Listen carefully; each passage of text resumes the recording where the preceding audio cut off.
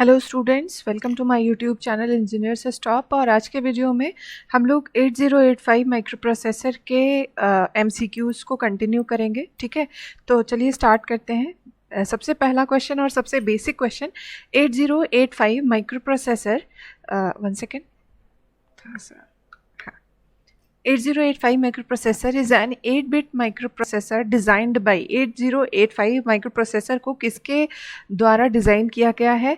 IBM, del, Intel और wax. तो इसका करेक्ट आंसर है आपका ऑप्शन नंबर सी। ठीक है, तो इसे किसके थ्रू डिज़ाइन किया गया है? इंटेल ने इसको डिज़ाइन किया है। ठीक है, and in 8085 16-bit address bus which can address up to, आपको पता है अगर आपने पिन डायग्राम देखा है 8085 का, तो आपके पास 8085 में 16 बिट का जो होता है एड्रेस बस होता है। ठीक है, जो 8 बिट या 8 पिंस डेटा बस के साथ मिक्स रहती हैं और एक इंडिपेंडेंट जो है A8 से लेके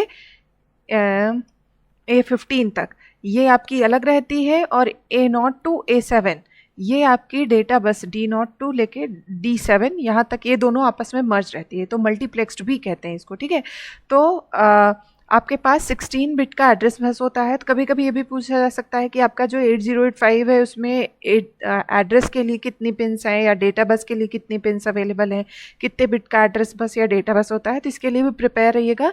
डेटा बस आपका 8 बिट का होता है और जो आपका एड्रेस बस है वो 16 बिट का होता है। ठीक है, तो अगर आपसे कहा जाए 16 बिट का यूज़ करके आप कितने डिफरेंट एड्रेसेस फॉर्म कर सकते हैं, तो आपको सिर्फ से 2 की पावर 16 फाइंड कर लेना है। अगर आपसे कह दिया जाए कि आपको 32 बिट का एड्रेस बस गिवन है, ठीक है, आपका जो एड्रेस बस है वो 32 बिट का है, तो आप कितने एड्रेस उससे फॉर्म कर सकते हैं? तो आंसर क्या होगा? 2 पावर 32। फिलहाल हमारे क्वेश्चन में क्या दिया हुआ है? इन 8085 16 bit address bus which can address up to, तो आपके पास 16 बिट का एड्रेस है जिससे आप कितने मैक्सिमम एड्रेसेस फॉर्म कर सकते हैं? तो 2 की पावर 16 मतलब ये हो जाएगा 2 की पावर 6 का मतलब होता है 64 KB। 2 की पावर, देखो इसको ब्रेक कर लिया ना हमने, 2 की पावर 6 इंटू 2 की पावर 10। ठीक है, 2 की पावर 10 का मतलब हुआ KB और 2 पावर 6 मतलब 64। So option C is correct. ठीक है, चलिए नेक्स्ट क्वेश्चन पे आते हैं। It is also a 16-bit register work like stack which is always incremented or decremented by 2 during push and pop operations। तो पहले आप याद करिए कि स्टैक से रिलेटेड कौन सा आपका रजिस्टर है। ठीक है, तो रजिस्टर की बात हो रही है, तो मैंने जब प्रीवियस वीडियोस में डिस्कशन किया था स्टैक के रिगार्डिंग, तो मैंने कहा था आपके पास कुछ स्पेशल रजिस्टर्स हैं, जैसे आपके पास प्रोग्राम काउंटर हुआ, स्टैक पॉइंटर हुआ और एक और है इंस्ट्रक्शन रजिस्टर। ये सारे आपके पास स्पेशल रजिस्टर है। और स्टैक पॉइंटर का क्या काम होता है? स्टैक में अगर आपको पुश या पॉप ऑपरेशन परफॉर्म करना है तो उसके लिए आपको स्टैक पॉइंटर की ज़रूरत होगी। ठीक है, तो वही आपसे पूछा गया है कि ये तो आपको सिर्फ कंफ्यूज करने के लिए या आप परेशान हो जाएं कि क्या सही आंसर होगा, सिर्फ इसलिए लिखा गया है कि इसे 2 से इंक्रीमेंट या डिक्रीमेंट किया जा रहा है और कौन सा ऐसा रजिस्टर है जो स्टैक ऑपरेशंस पुश और पॉप को परफॉर्म करने के लिए यूज़ किया जाएगा। सो करेक्ट ऑप्शन इज ए। और इट इज़ ट्रू कि आपको जब भी ये जो रजिस्टर है इसमें 2 से इंक्रीमेंट किया जाता है। ठीक है, और इसका रीज़न ये है कि आपका जो ये जो एक मेमोरी लोकेशन सिर्फ 8 बिट डेटा को स्टोर कर सकता है। ठीक है, आपके पास जो एड्रेस होता है वो 16 बिट का होता है, इसीलिए 8 को मिला के कितना बनेगा? मतलब ये आपके 2 लोकेशंस की रिक्वायरमेंट होगी ना एक एड्रेस को स्टोर करने के लिए, इसीलिए हम क्या करते हैं, ये जो आपका एड्रेस है उसको 2 से इंक्रीमेंट या डिक्रीमेंट करते हैं। ठीक है, तो सो डोंट गेट कंफ्यूज, आपका करेक्ट ऑप्शन है स्टैक पॉइंटर। ठीक है, नेक्स्ट क्वेश्चन पे आते हैं। There are question mark general purpose registers in 8085 processor. तो आपको पता ही होगा कि आपके पास 6 जनरल पर्पस रजिस्टर्स होते हैं। कौन कौन सा है? B, C, D, E, H and L। ये आपके सारे जनरल पर्पस रजिस्टर हैं। ठीक है, so correct option is B. तो चलिए नेक्स्ट आते हैं कि flag register is an 8 bit register having how many 1 bit flip flop. क्योंकि यहाँ क्वेश्चन है तो मैंने हाउ मेनी ऐड कर दिया अपनी तरफ से। तो आपका जो फ्लैग रजिस्टर है इसमें कितने फ्लिप फ्लॉप्स आपके वर्किंग होते हैं? तो इसका आंसर है ऑप्शन नंबर सी, मतलब आपके पास 5 फ्लिप फ्लॉप्स है। हाँ, आपके पास 5 फ्लिप फ्लॉप्स यूज़ किए जाते हैं। एक फ्लैग को इम्प्लीमेंट करने के लिए, एक फ्लैग रजिस्टर को इम्प्लीमेंट करने के लिए हमें एक फ्लिप फ्लॉप की रिक्वायरमेंट होती है, ठीक है। तो कौन कौन सा है? Sign flag, zero flag, auxiliary carry flag, parity flag and carry flag, ठीक है। तो ये फ्लैग से रिलेटेड मेरा एक सेपरेट वीडियो है, अगर आपको इसका आइडिया नहीं है तो आप वहाँ से देख सकते हैं। This signal indicates that another master is requesting the use of address and data bus, ठीक है। तो अगर कोई दूसरी इनपुट आउटपुट डिवाइस है, अगर उसे प्रोसेसर से कोई रिक्वेस्ट चाहिए, कुछ काम कराना है, तो वो रिक्वेस्ट किसके थ्रू भेजती है? With the help of hold pin, ठीक है। आपका होल्ड पिन का पर्पज़ यही होता है कि जो भी आपके पास दूसरी डिवाइसेस हैं, इनपुट आउटपुट डिवाइस हैं, उन्हें जब भी रिक्वायरमेंट होगी किसी काम को कराने की प्रोसेसर से, तो वो उसे होल्ड पिन के थ्रू इन्फॉर्म करेगी कि भाई अभी हमें तुम्हारी ज़रूरत है, आप मेरा काम कर दो, ठीक है। तो इसका ऑप्शन कौन सा करेक्ट हो गया? ऑप्शन नंबर बी, ठीक है। नेक्स्ट आते हैं, what is true about the program counter. तो प्रोग्राम काउंटर, अभी तक मैंने जितने माइक्रो प्रोसेसर के लेक्चर्स लिए हैं उसमें मैंने हमेशा ही प्रोग्राम काउंटर हो या स्टैक पॉइंटर हो या आपके पास जो इंस्ट्रक्शन रजिस्टर, इनके बारे में मैंने हमेशा ही डिस्कस किया है। तो देख लेते हैं कौन सा ऑप्शन सही है इसमें से। 8 बिट रजिस्टर है, ये तो यहीं पे गलत हो गया क्योंकि आपका जो प्रोग्राम काउंटर होता है ये 16 बिट का रजिस्टर होता है, ठीक है। Okay, when an instruction is fetched from the memory then it is stored in the program counter. नहीं, जब कोई भी इंस्ट्रक्शन मेमोरी से फेच किया जाता है तो प्रोग्राम काउंटर में नहीं स्टोर किया जाता, वो इंस्ट्रक्शन रजिस्टर में स्टोर किया जाता है, ठीक है। And it provides timing and control signal to the micro processor. नहीं, तो ये किसकी जिम्मेदारी है? ये जिम्मेदारी है कंट्रोल यूनिट की, ठीक है। टाइमिंग एंड कंट्रोल यूनिट आपका ये चीज़ को कंट्रोल करता है, ऑप्शन नंबर सी को, ठीक है। और लास्ट ऑप्शन है, it is a 16 bit register use to store the memory address location of the next instruction to be fetch. तो ऑप्शन डी इज करेक्ट। आपका जो प्रोग्राम काउंटर होता है ये क्या करता है? जो नेक्स्ट इंस्ट्रक्शन एग्जीक्यूट होना है उसके एड्रेस को होल्ड करके रखने की जिम्मेदारी किसकी होती है? प्रोग्राम काउंटर की, ठीक है। So option D is correct for this question. Fine, next आते हैं, this signal is used as the system clock for the devices connected with the micro processor. इसमें से कौन सा सिग्नल है, कौन सा पिन है जो सिस्टम क्लॉक की तरह काम करेगी, ठीक है। तो इसका आंसर है option number B, that is clock out, ठीक है। चलिए नेक्स्ट आते हैं, next question, which of the following is true about control and status signal. तो ऑप्शंस देखते हैं, उसके बाद आंसर पे आएंगे। These signal are use to identify the nature of operation. Obviously जो कंट्रोल एंड स्टेटस सिग्नल है ये आपके नेचर ऑफ ऑपरेशन को डिफाइन करते हैं। There are 3 control signals and 3 status signal, this is also true. And 3 status signals are input output oblique memory, S0 and S1, तो ये भी आपका सही है। So option D is correct, ठीक है। तो ये तीनों ही ऑप्शन सही है, इस वजह से हम क्या लिखेंगे? All of the above. Next one is MVIK 20F is an example of immediate addressing mode, register addressing mode, direct addressing mode, indirect addressing mode.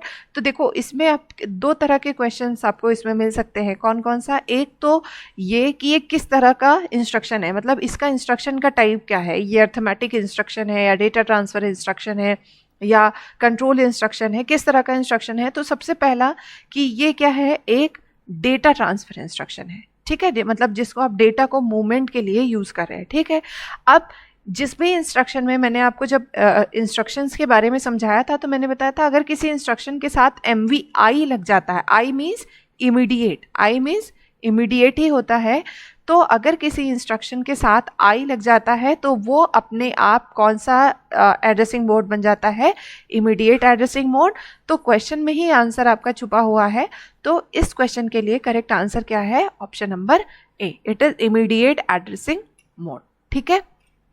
चलिए, अगर यहाँ पे कोई मेमोरी एड्रेस मेंशन किया गया होता तो क्या बन जाता? डायरेक्ट एड्रेसिंग मोड, ठीक है। इसी तरह आप एड्रेसिंग मोड का एक सेपरेट वीडियो वहाँ से देख लीजिएगा। बहरहाल ये तो बहुत बेसिक क्वेश्चन था, MVI मीन्स इमीडिएट, तो इसलिए यहाँ पे इमीडिएट एड्रेसिंग मोड यूज़ किया जा रहा है, ठीक है। What is true about the micro processor, इनमें से कौन सा स्टेटमेंट माइक्रो प्रोसेसर के रिगार्डिंग ट्रू है? तो ये देखिए कौन कौन से ऑप्शन है। Micro processor is a controlling unit of A micro computer, obviously true. It is fabricated on A small chip capable of performing ALU operation, this is also true. And it will also communicate with the other devices connected to it, and this is also true। तो इसलिए हमारा जो correct option बन जाएगा option number D, ठीक है। तो next question पे आते हैं। Question mark controls the flow of data and instructions with in the computer. इनमें से कौन सा ऐसा यूनिट है जो डेटा और इंफॉर्मेशन के फ्लो को कंट्रोल करता है? तो नाम से ही पता चल रहा है कंट्रोल यूनिट। मैंने आपको जब ब्लॉक डायग्राम समझाया था तो उसमें बताया था कंट्रोल यूनिट एक बहुत ही इंपॉर्टेंट पार्ट होता है। ये आपके जितने भी पार्ट्स हैं, ठीक है, चाहे आप डेटा के फ्लो की बात करें, चाहे आप इंस्ट्रक्शन की बात करें, किस ऑर्डर में एग्जीक्यूशन होना है ये, और कब कौन सा इंस्ट्रक्शन एग्जीक्यूट होना है, ये सारी चीज़ें किसके कंट्रोल में है? कंट्रोल यूनिट के। So option A is correct for this question. The control unit controls the flow of data and instruction within the computer, right. चलिए, it determines the number of operations per second. इनमें से कौन सा option है जो number of operations per second define करता है? ठीक है, तो correct option is C, that is clock speed. तो इसके लिए जो आपका क्लॉक स्पीड है, it determines the number of operation पर सेकेंड। ठीक है, एक सेकंड में आप कितने ऑपरेशन परफॉर्म कर ले रहे हैं ये आपका क्लॉक स्पीड के थ्रू पता चलेगा। और आपका जो क्लॉक स्पीड होता है इसको हम क्लॉक रेट भी कहते हैं। ठीक है, तो बहुत बेसिक क्वेश्चन है। क्लॉक स्पीड को क्लॉक रेट भी कहा जाता है। ठीक है, और आपके पास ऐसे भी क्वेश्चंस बन सकते हैं कि आपको एक इंस्ट्रक्शन दे दिया जाएगा। ठीक है, आपको एक इंस्ट्रक्शन दे दिया जाएगा, आपसे पूछा जाएगा कि इस इंस्ट्रक्शन का यूज़ करके आप क्या परफॉर्म करना चाह रहे हैं। तो उसके लिए आपको ये पता होना बहुत ज़रूरी है कि कौन सा इंस्ट्रक्शन क्या काम करता है। या फिर आपको एक इंस्ट्रक्शन दे दिया जाएगा, आपसे पूछा जाएगा कि ये किस तरह का इंस्ट्रक्शन है, ये डेटा ट्रांसफ़र इंस्ट्रक्शन है या इमीडिएट इंस्ट्रक्शन है या कंडीशनल इंस्ट्रक्शन है। तो इसके लिए आप प्रिपेयर रहिएगा, आप देख लीजिएगा कि कौन सा इंस्ट्रक्शन कौन सी एक्टिविटी को परफॉर्म करता है। ठीक है, okay. Next question is an eight bit microprocessor can process data at time. कितने डेटा को आपका 8-बिट माइक्रोप्रोसेसर एक टाइम पे प्रोसेस कर सकता है? तो क्वेश्चन में ही इसका आंसर छुपा हुआ है। आप कह रहे हो कि 8-बिट माइक्रोप्रोसेसर है तो ऑब्वियसली वो 8-बिट डेटा को ही एक टाइम पे प्रोसेस कर सकता है। So option B is correct. ठीक है, which of the following function relate to stack. Stack से रिलेटेड इसमें से कौन सा ऑपरेशन है? Push and pop, call and return, both push pop and call return and none of the mention. तो मेरे ख्याल से आंसर आपने गेस कर लिया होगा। स्टैक हम प्रीवियस वीडियो से ही डिस्कस करते हुए आ रहे हैं। So option A is correct. Stack से रिलेटेड आपका कौन सा ऑपरेशन है? पुश एंड पॉप, और ये किसकी मदद से किया जाता है? With the help of stack pointer. और आपका जो स्टैक पॉइंटर होता है ये 16 बिट का रजिस्टर होता है। बिना स्टैक पॉइंटर के आप स्टैक में कोई भी एलिमेंट को ना इंसर्ट कर सकते हैं और ना ही डिलीट कर सकते हैं। ठीक है, सेट ऑफ रजिस्टर्स प्रोवाइडेड। अच्छा, एक चीज़ मैं और डिस्कस कर लूँ कि जो आपका ये स्टैक होता है वो लीफो पैटर्न पे काम करता है, मतलब लास्ट इन फर्स्ट आउट। एक आध क्वेश्चन मैंने ये भी देखा था कि आपसे पूछा गया था कि आपका जो स्टैक है वो किस बेस पे बना है, तो दैट इज लीफो। ठीक है, लास्ट इन फर्स्ट आउट, मतलब जो सबसे बाद में आएगा वो सबसे पहले जाएगा, उसे सबसे पहले डिलीट किया जाएगा। जिसे आपने सबसे पहले इंसर्ट किया वो सबसे बाद में जाएगा, और जो सबसे बाद में इंसर्ट हुआ है वो सबसे पहले डिलीट होगा। ठीक है, तो ये आपका हो गया स्टैक से related information. And set of registers provided for some special application. इनमें से कौन सा ऐसा रजिस्टर है जो किसी स्पेशल एप्लीकेशन के लिए यूज़ किया जाता है?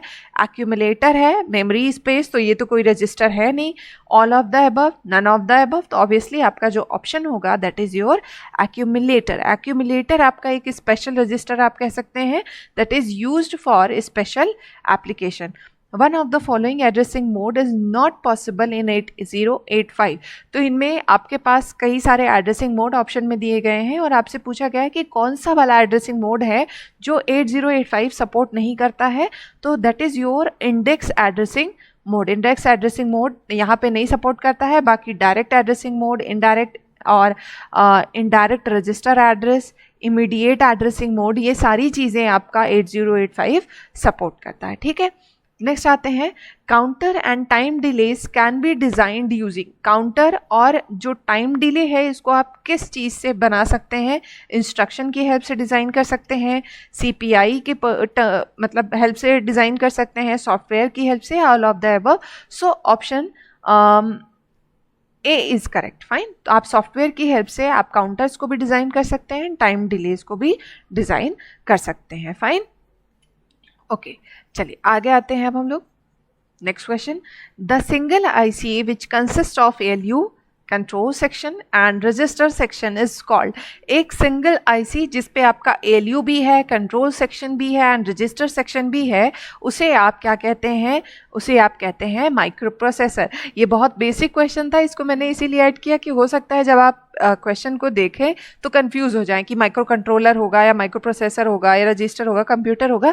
तो इसका जवाब है it is a micro processor, ठीक है। तो आपके पास, आप जानते ही अगर आपने ब्लॉक डायग्राम पढ़ा हुआ है तो उसमें आपका एक एएलयू सेक्शन होता है जिसमें आप एग्जीक्यूशन सेक्शन और ऑपरेशन वगैरह परफॉर्म करेंगे, कंट्रोल सेक्शन, रजिस्टर सेक्शन, ये आपके पार्ट्स होते हैं, ठीक है। सारे पार्ट्स को नहीं, एक आपका इंटरप्ट यूनिट है ना, ये सारी चीज़ें, टाइमिंग एंड कंट्रोल यूनिट, ये सारे आपके माइक्रो प्रोसेसर के ही पार्ट हैं, ठीक है। Okay, next question, assembler is a type of translator that translate some language into machine level language. इसमें से, ये जो ऑप्शंस हैं, इसमें से कौन सा ऐसा लैंग्वेज है जिसको आपका असेंबलर कन्वर्ट करता है मशीन लेवल लैंग्वेज? तो मशीन लैंग्वेज कौन सी होती है? जो आप बाइनरी फॉर्म में लिखते हैं, 0 1 1 0, मशीन लेवल की बात 0 1 1 0 1 1 0। और असेंबलर जहाँ पे आप इंस्ट्रक्शन को यूज़ करते हैं, जैसे मैंने लिखा ऐड 2 0, ठीक है, और 2 0, ठीक है, एच कर दिया, ठीक है, और उसके बाद STA LDA, ऐसे मैंने एक इंस्ट्रक्शन ऐसे लिख के हमने एक प्रोग्राम बनाया। तो ये क्या है? एक असेंबली प्रोग्राम है जिसे हम, ये एक आपका क्या है? असेंबली कोड है, ठीक है। और मशीन लैंग्वेज जो होता है, मशीन लेवल लैंग्वेज, जो आपका 0 1 1 0 के फॉर्म में होता है, ठीक है। तो आपसे पूछा जा रहा है जो आपका असेंबलर होता है ये क्या काम करता है? तो असेंबलर आपका असेंबली लेवल लैंग्वेज को मशीन लेवल लैंग्वेज में कन्वर्ट करता है। तो नाम ही असेंबलर है, तो इसका मतलब ये क्या करेगा? असेंबली लेवल लैंग्वेज को, जैसे मैंने बताया अभी, असेंबली लेवल लैंग्वेज क्या होती है? असेंबली लेवल लैंग्वेज क्या होती है? जो आपने इंस्ट्रक्शन के फॉर्म में ऐड, सब्ट्रैक्ट या फिर इंक्रीमेंट, डिक्रीमेंट, जो भी चीज़ें आपकी, आप इस तरह से लिखते हैं ये निमोनिक्स के फॉर्म में, ठीक है, ये आपके असेंबली लैंग्वेज प्रोग्राम के पार्ट होते हैं। So option B is correct, fine. अब आते हैं हम लोग नेक्स्ट क्वेश्चन पे, which instruction stops the execution of micro processor and force micro processor to enter into the wait state. इनमें से कौन सा ऐसा इंस्ट्रक्शन है जो आपको ऑप्शंस दिए हुए हैं जो आपके माइक्रो प्रोसेसर के एग्जीक्यूशन को स्टॉप करता है और उसे वेटिंग स्टेट में भेज देता है? तो आप जब भी आपने देखा होगा, आप जो भी, अगर आपने असेंबली लैंग्वेज प्रोग्राम लिखा है, सिंपल सा भी लिखा है, तो जैसे ही आपका पूरा काम आप कंप्लीट कर लेते हैं तो लास्ट में आप लिखते हैं हॉल्ट, ठीक है।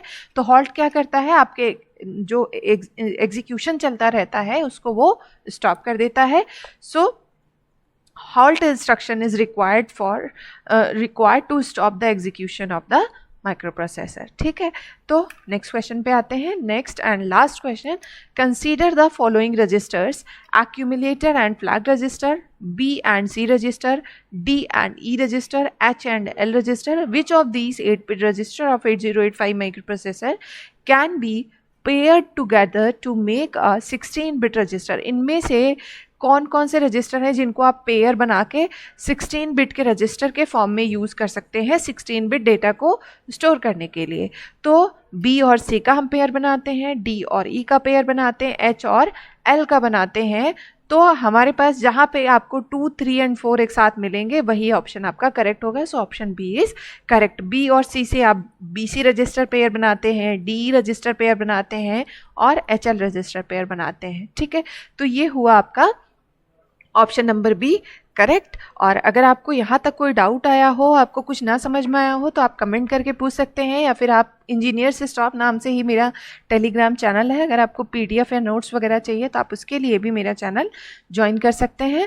और अगर आपको वीडियो पसंद आए तो आप दोस्तों के साथ शेयर करिएगा, मेरी वीडियो को लाइक करिएगा और मेरे चैनल को सब्सक्राइब करना बिल्कुल मत भूलिएगा। Thank you guys, thank you for watching. Like, share and subscribe my channel, share with your friends. Bye bye, take care.